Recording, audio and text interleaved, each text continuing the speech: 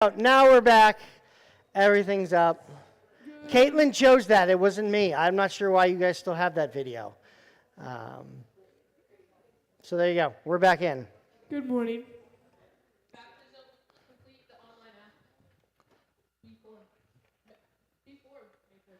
Are you glitching too? My goodness. I didn't get the before. All right. Yeah, it's text code word, B4. All right, so if you want to be baptized, we'll talk about that a little more today. On the app or online, otterminechurch.org, there's a form. You need to fill it out, and I get it. There you go. Crew is back Wednesday. This is this Wednesday. This Wednesday, yep. 6:45 to 8:15. And somebody left a really great website at the bottom. I don't know what it is, but it's a really creative website. Yeah, really great. Oh, hold on. We got leaders for this, right? Yes. I think, yes. So you don't have to look at those mean mugs up there. We brought like some softer faces to look at. Yeah.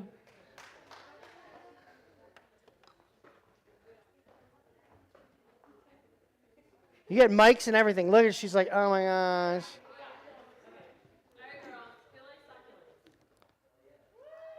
Yeah. All right, jump up. Who likes to party? The boys like it more. It seems like the boys like it more than the girls. You're on. You just got to hold it up to your mouth. There it is. There you are. So, on May 21st at 3 to 5 at Dwight's house, Woo we're woo. planning succulents.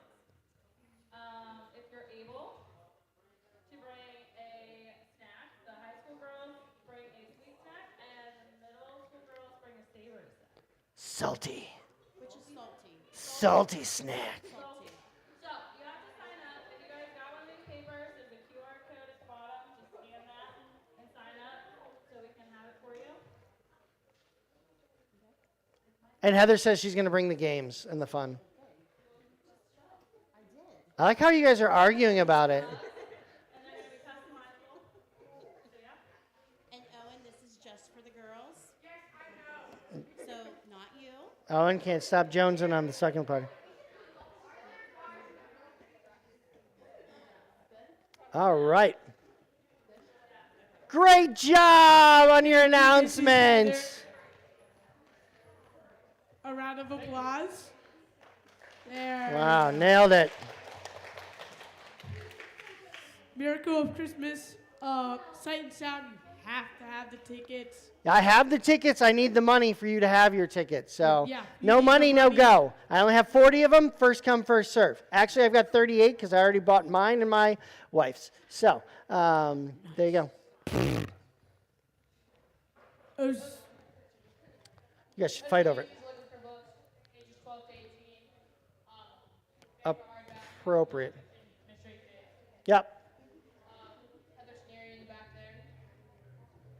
We'll be taking them. High school girls Bible study. Mondays, 6 p.m. Not 6 a.m. Not 6 to a.m. 7:30 p.m. Middle school girls Bible study. Again, Monday, 6 to 7:30. Overcomer series. Same time, middle school guys reading the Genesis. Same time, same day. We're in like chapter 22 on that. All right. I think that's my last one. So for this next game, before Caitlin switches over to it, settle down, Caitlin. You already messed it up back here 3 times. I judge you. We need 2 small group leaders to come to the stage. Kyle's already done this one, so he can't go again. I need 2 small Miss group Heather. leaders, Miss preferably a guy and a girl. Miss, We definitely need a guy.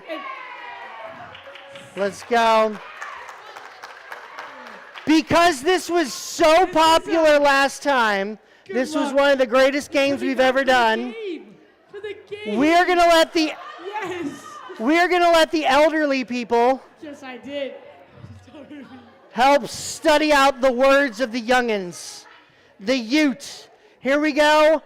Miss Heather, Mr. Brady, can you? Dun dun dun. Now, Caitlin. Can you speak Gen Z Volume 2? Let's go. He's gonna win. Like, He can't yell out the answers. If he yells out the answers, Mr. Brady's disqualified. Keep the answers amongst your whispering selves. Amongst your whispering selves. Here we go. All you have to do is talk to your Owen and your Brady and Brady. You guys talk to each other. Once you come up with an answer, he can't tell you to the general Z population.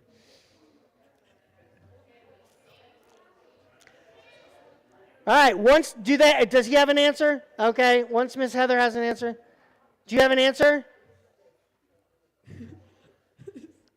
Do you have an answer? Is that yes, a yes? Okay, what do you think it means, not how it's said? We're going with what does it mean, not how it's said. All right, so here we go. Owen, does she have one?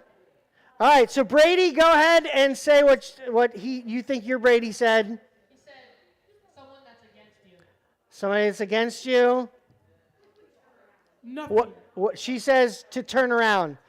To turn around. Turn around every now and then I get it. Nope, you're wrong. It is anyone in competition or against you. Good job. Yes, it is. All right. It's okay. We'll get to that. It's all right. Immaculate. You got this. You got immaculate.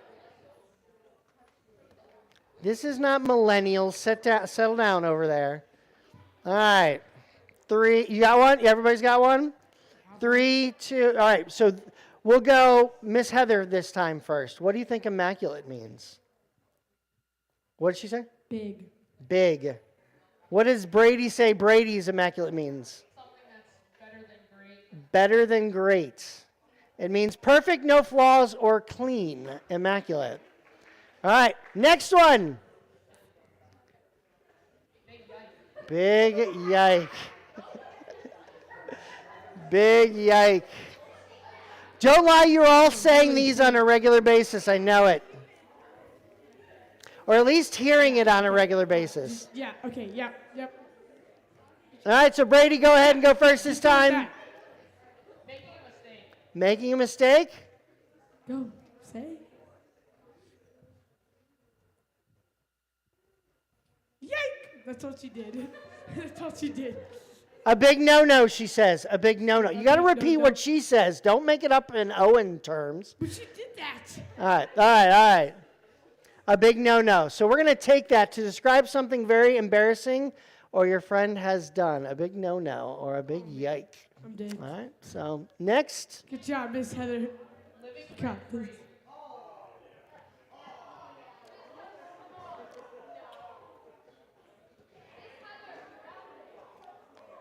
I like how they're now cheering for you. You've got this, Miss Heather. We love you. Yeah.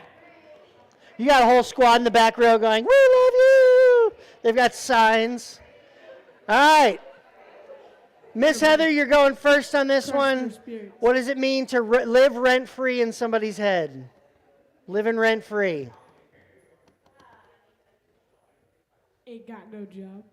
Yeah, that's what she Ain't said. got no job is what she says. Yep. The Bradys? Bothering somebody so much that you're always in their head. Living rent-free in your head. Having obsessive thoughts about another person. Living rent-free. Next one. Catch these hands. You gonna catch these hands. Really? You do? Miss Heather's got this one. She likes this one. She just told Owen that he's about to catch these hands. So that is correct. Double points for that one because she's going to throw them at Owen. Brady, what do you think it is? Fighting. And she's already shown it. It is to fight. Yes. Good job, Miss Heather. You got Win and win. Win and win. Win and win.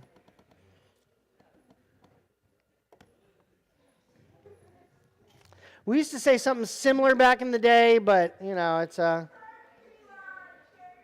We used to say it's a win-win situation. There you go. You've never I know, heard me yeah. say this? She's saying she's still never heard of it, but There it is. Miss Heather, what do you think it is? A win and a win. I think. I'm not too sure. I'm not too sure. What do you think, the Bradys? To win either way. To win either way. To describe the coolness of something, good, cool, the best, it's a win and win. It's a good win. You win either way. Yep. It's a double win. Shock. Shock. Gotta get this. Shock. And not the 1980s version. That's a whole different one. AC/DC made a whole song about that. We will not get into that. When a mommy and a daddy love each other very much. I know, that's why I'm trying to change the vibe here. Shook. You got me shook. All right, the Bradys, what do you think? To be spooked or surprised. All right. She says mad. Disbelief, can't believe you're seeing something. It shook me. It shook. There you go. This is on the board in your classroom. I saw this on the board in your classroom. Please get this right, is what they're saying in the back row. Miss Harris on the board. Come on, you got this.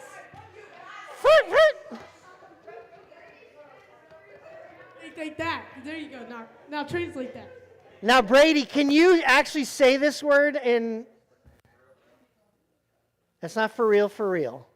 You guys say it like that. Let's go. That sounded like a Ferrari.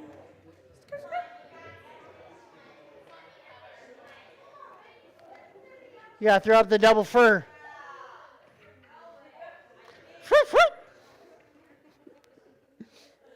It's the same thing, but he's yeah. There you go. There you go. So yeah, go ahead. What is it, Owen? What did she say it was?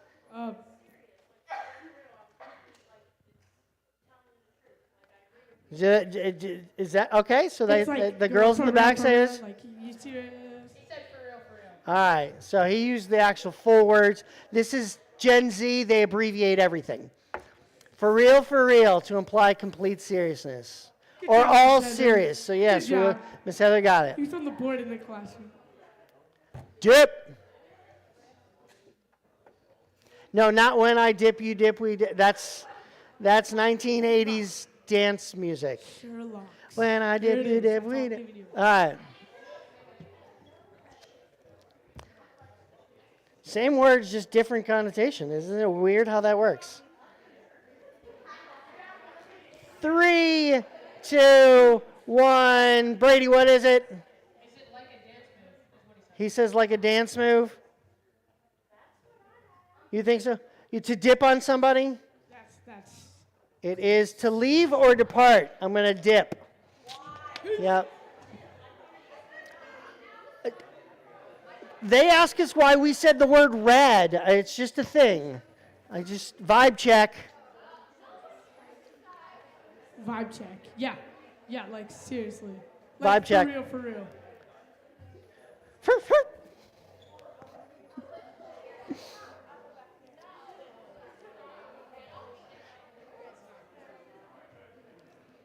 Three, 2, 1. You'll Miss see. Heather, vibe check.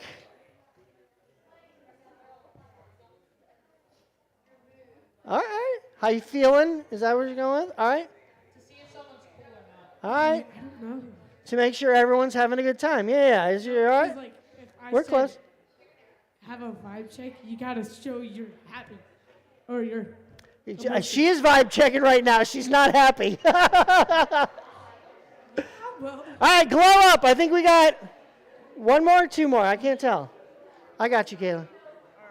Last one to glow up. mostly the face. That's all I'm giving you. Glow up. Last one. All right, Brady's, what do you think glow up means? As you get older, you look better.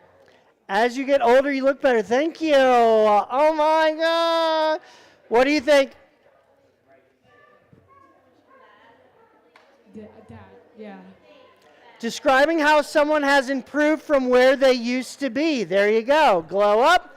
Go ahead and give them a round of applause. That was Gen Z lingo. That's it. That's all I got. Okay. That's a great question. Who do you think won? Is it Brady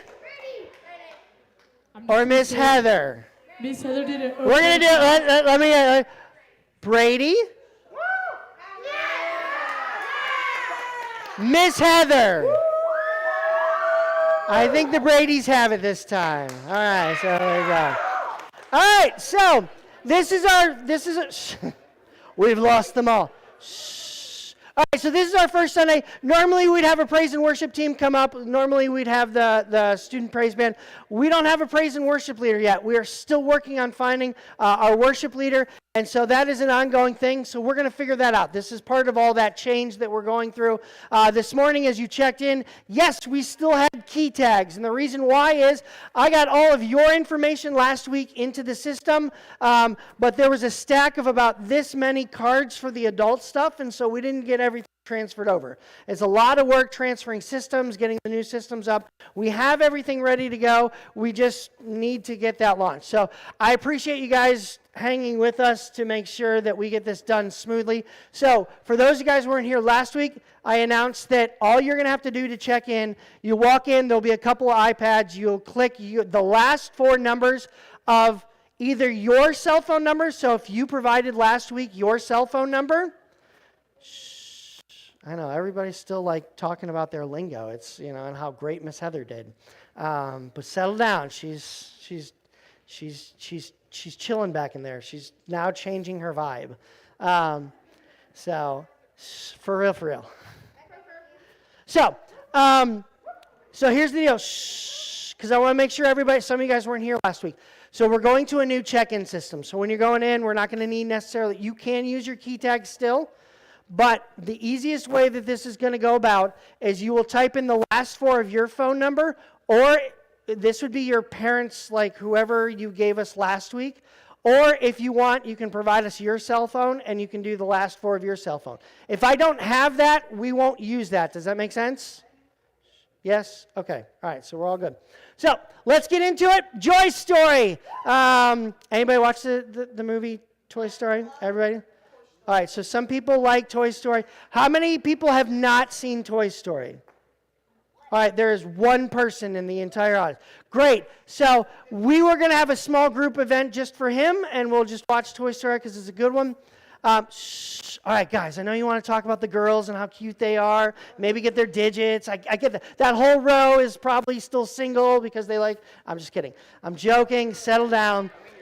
But they're talking. I'm not wrong. I know, you guys are so excited. I know praise and worship brought you guys into, all right, settle down. I love you guys. But shut up! No, I'm just kidding. So we're going to talk a little bit, and I want you guys to talk back to me, but give me a second so you guys know what we're doing. Does it make sense? It's super easy. Because I'm going to actually talk to you here in a second, and you guys are going to give me responses back like normal ones. Try to be like a little normal. Not always. Like just a little. All right. So Joy Story, finding joy in the tough times. Because we've started this series, and we talked about stress, anxiety, and depression. Here's the crazy part about stress, anxiety, and depression. The more you talk about it, the worse it gets. Scientists have found that the way your guys' brain works is if you can talk about what causes it, but then talk about what you can do to combat it, you are less likely to get more and more into depth of the grips of stress, anxiety, and depression. They call it coping skills. And so we believe as Christians, the Bible actually lays out how we get through these tough times, whether you struggle in the depths of stress, anxiety, depression.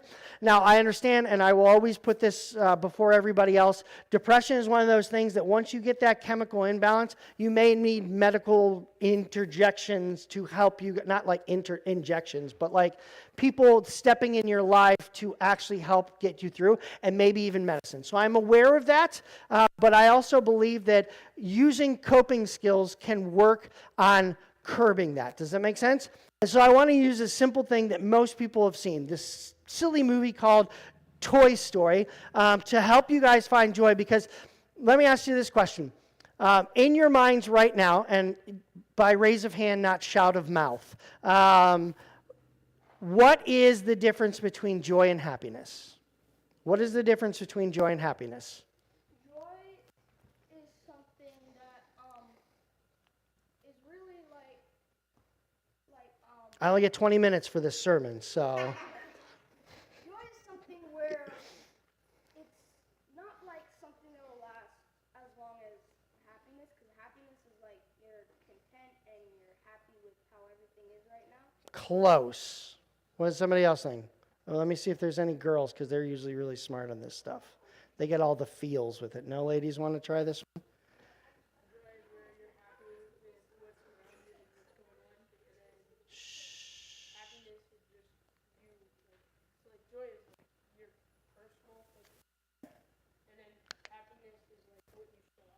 Okay, so let me give you the actual definition, because you guys are on the right path. Yours is flipped, so you were a little bit closer. Let's look at the actual definition of it, because this is key to the rest of what we're going to talk about today.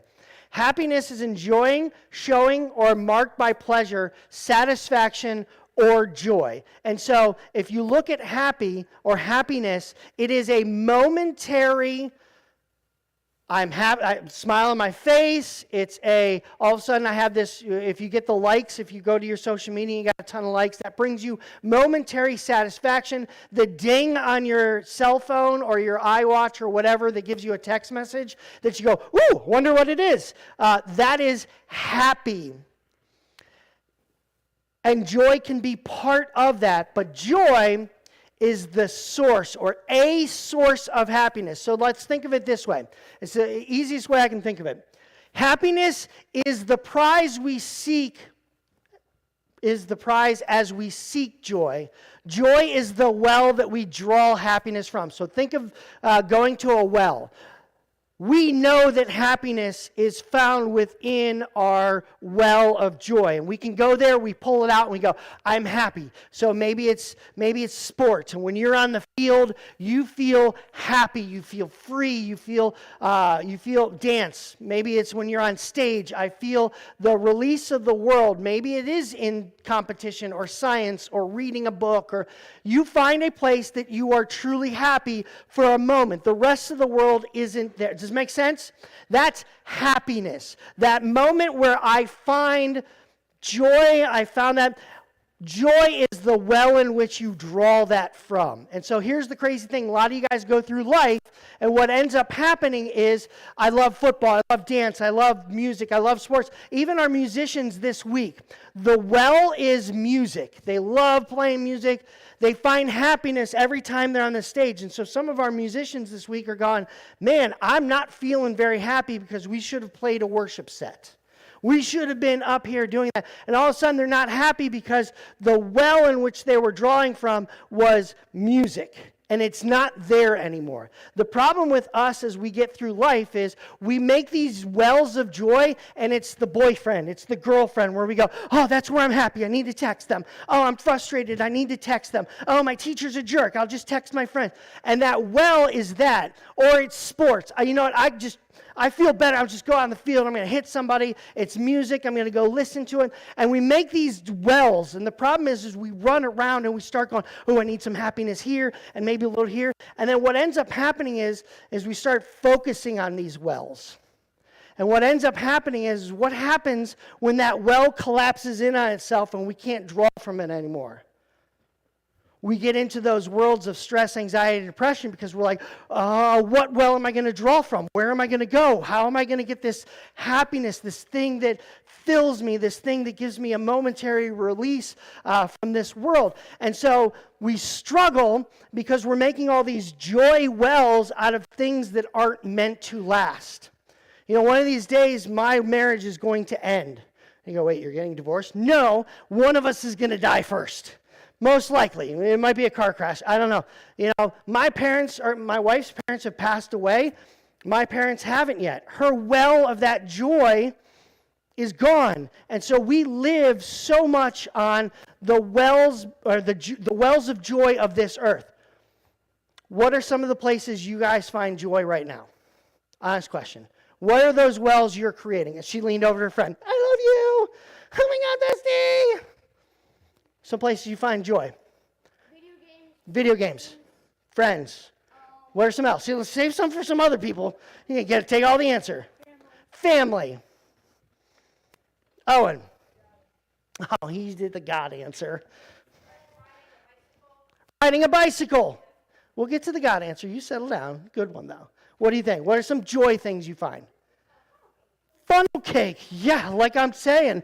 But then when the fair leaves town, you go, where's my joy? Music. Sports. Watching or playing? Watching or playing? Both. Both, okay? I already got you two, so you guys put your hands up. I didn't get you. Was it bowling? Yes. Bowling, all right. Ball. Let's play with the ball. All right, shh. So we've made all these joy wells, and as crazy as it sounds, shh, calm down. We've made all these joy wells. The problem is in this world, and what a lot of teens are struggling with, is friends move away, we get hurt and can't play sports.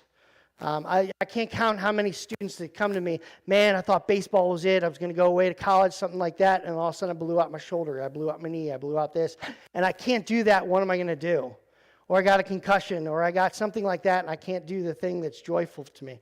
And we create these joy wells, whether it's video games. You know, the craziest thing sounds, video games is one of the, and I say this, I love playing video games. I do. But it is actually one of the most destructive things you can do to your mind. As crazy as it sounds, and the reason why is because every time you lose, you go, man, this well is tainted. I got to do it again. There must be something wrong with me. There must be wrong. And so we do it over and over. I'm talking in small groups. Hold that for your small group. So, does it make sense? All of a sudden, video games are hard because we lose, and then all of a sudden, we've got to win again, and we got to do it again, and we got to do it again. And then all of a sudden, we're addicted to that dopamine hit, and when we have like 3 losses in a row, all of a sudden, our mind goes, man, I'm just not good enough. We live in a world where we create joy wells, where we have to draw from happiness, and when it doesn't happen, or if it caves in on itself, we find ourselves in a position that we don't know who we are, what we are, or what our value is. It's what's happening to your generation over and over again. And the reason why it's happening to your generation is because they've purposely figured out a way to make your attention span about this big. And I can tell because you guys are talking all morning. It's great. You just proved my point. Your attention span's about 13 seconds. And it's actually getting shorter and shorter. It's anywhere from 13 middle schoolers. Yours is only about 7, and they would like your high schoolers to be about 7 too. Why? You can stay on the social media longer. You can. That's why during those video games there's a villain every second that you're playing. There's somebody to shoot. Why? It keeps your attention. And so you guys are they're using your own mind against you. And the problem is when those wells of this world that you're creating for joy, they know how to give you dopamine hits to say, oh, that well didn't cave in. Oh, and over again, they do that to your mind. And so let's think the simple movie Toy Story. Give you this idea. What was Woody's happiness at the beginning of the movie? Somebody that hasn't gone. What is Woody's happiness at the beginning of the movie? Just shout it. Go ahead. I know you know it. What is it? Andy. But not just Andy. What was his full happiness? Being Andy's favorite toy. It wasn't just being Andy's toy. His joy was the fact that he was the best. Everybody knew him as the best. We live in a world where we want to be the most popular, we want to be the prettiest, we want to be the strongest, the best music player, the best athlete, the best this, that, and the other thing. We find joy in that when we receive it. You know, it's why in the acting world, you have to do the next crazy role or stupid thing because there's this crazy word called relevancy. And so his idea is I am Andy's best toy, and my value is because he plays with me the most. And the rest of these toys love me because I'm the best toy. And he put all of his happiness into that well. I draw from that every day. He woke up, all right, toys, we're going to do this, we're going to do that, you do this, yeah, I'm Andy's best toy. And so he was drawing from that well every day. Why? Because Andy kept playing with them. That sounded weird. What was Woody's joy at the beginning? What changed? What crushed Woody's joy? You. When Buzz showed up, how did Buzz ruin his vibe? He was an action figure, which made him cooler. He was cool. And now all of a sudden, the well that Andy drew from to find his joy and his happiness, or not Andy, Woody, drew from, was gone. He was no longer the best, the fanciest, the fastest, the toy. He was just a regular toy. What changed? Oh, I already said that. What crushed Woody's joy? So, what changed at the end? What did Woody realize in the end that should have been his well? I know you all three. I'm gonna see if somebody else can get it. You three, I'm not even gonna call on you. I'm already asking you. Let's see if somebody else can get it. Think on it. What changed? What did Woody realize that changed? What well did he create? What do you think? All right, he forgot. Come on. What is it? Torturing Sid. We can get on a whole other thing, like joy found in Andy's house, joy found in Sid's house. Your environment has a lot to do with it. We're going to talk about that eventually. But what changed at the end of the movie? What did Woody realize about Andy that changed his view on joy? Nope.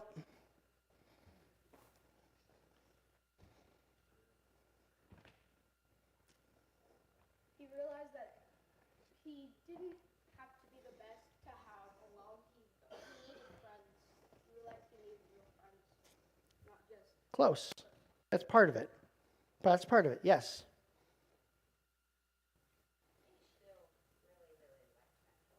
Okay. When he looked at the bottom of his boot and he saw whose he was, it goes back to that idea of whose he was. When he realized whose he was, that is ultimately when he found true joy, that it didn't matter whether he was the best toy or the worst toy. He was Andy's toy. We struggle with stress, anxiety, and depression because we think we belong to that well of that boy that likes us, or that sport that we love to do, or that friend that we love to have, even though one day the odds of you actually staying friends with your high school friend if you go off to college is less than 1%. It's crazy, the way those numbers. Oh, we'll stay together forever. We put all of our eggs in the basket. And the problem is the joy changed in Woody's life when he remembered whose he was.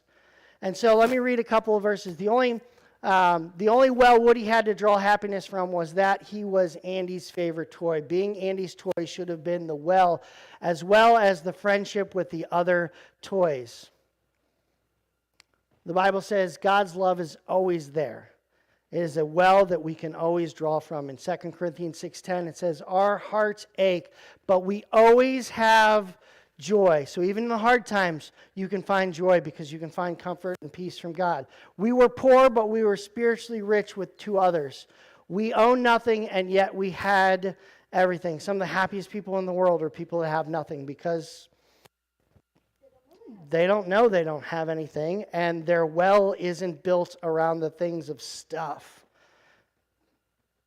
God's joy is found through us. For the kingdom of God is not a matter of what we eat or drink, but of living a life of goodness and peace and joy in the Holy Spirit.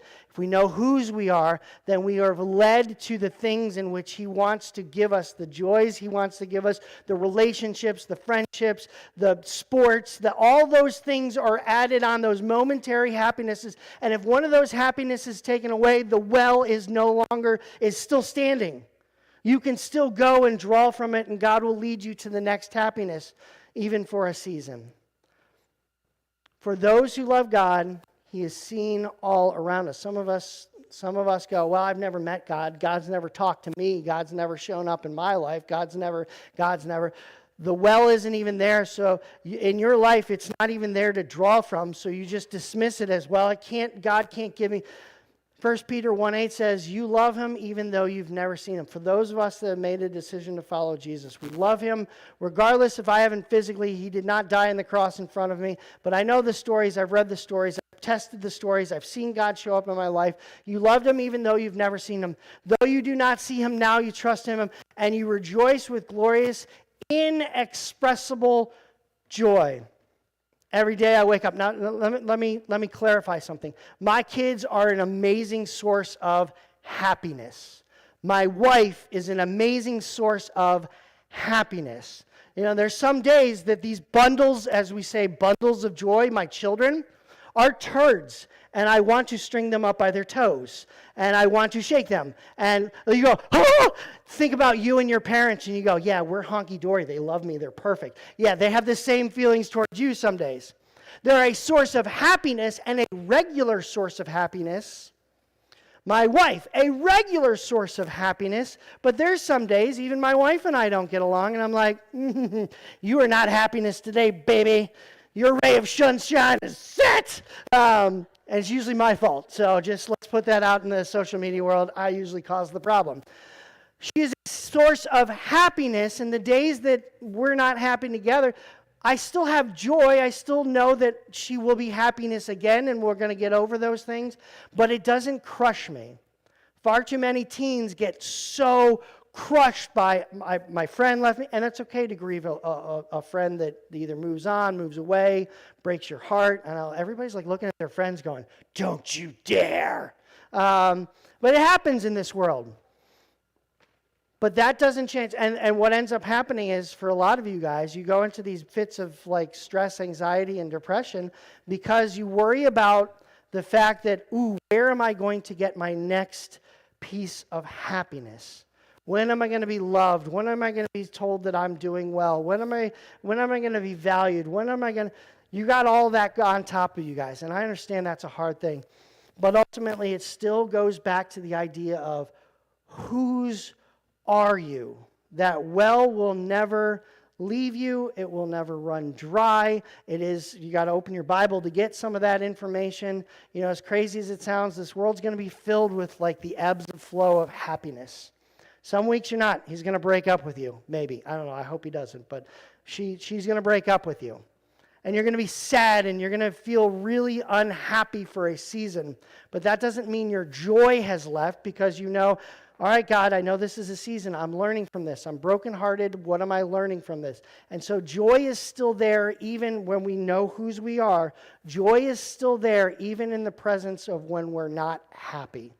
The problem is so many people have caved in all their joy wells, and they're all smashed, and there's nothing for them to find joy in. And that's ultimately when we get inside our heads and depression starts setting in, and heavy anxiety and heavy brokenness, because we don't trust. We have no ownership. We have no trust in the world around us, and all of a sudden we're looking for answers and we don't have them, and we feel completely lost and broken and sad and frustrated. Ultimately, you have to figure out whose you are. I would happily write God on the bottom of your shoes. Jesus Christ. I will write that on the bottom of every one of your shoes if that meant you guys are going to look at it and realize that you are His. He died on the cross from you. You are a joy to Him. For the joy set before Him, you are His joy. He endured the cross. Was He happy on the cross? Probably not. Was He happy with the crown of thorns on His head? Was He happy when He got 40 lashes on His back? Was He happy when He finally gave up His last breath after they stabbed Him in the side with a spear? But for the joy set before Him, I wake up every day knowing that I have hard days in front of me or difficult days, but I look forward to like the little bits of happiness. But I even more so look forward to the fact that God has a purpose for me today, and even in the hard, He show me what it is, and that is the joy I look forward to. Some of you guys all need to start looking at God that way, that He is a well of joy, and He wants you to be joyful too in Him, and from there, all happiness will flow. I promise you that if you get into the Word and you start growing with Him. So with that, let me get you to small groups. Heavenly Father, joy and happiness. I pray every one of these students find joy in you, that eternal well, that they know you, they know that you've claimed them, they know that you want them, that you want to be part of their life, and even in the unhappiest times of this world, you went to the cross, you were tortured, you were crucified and murdered without sin, but you looked at us with joy and you did it willingly because you loved us that much. I pray each one of these students find that kind of joy, that they're willing to. As a dad, I would go to a cross for my kids because they are my part of my joy that brings happiness, and they're my joy because you gave them to me. You gave me that joy from your well of happiness. God, I pray each one of these students finds something you that they want to cling to and they want to find joy from, and they want to see what you have in store and the happiness that you bring them from your well of joy. We ask all this in Jesus' name. You're awesome.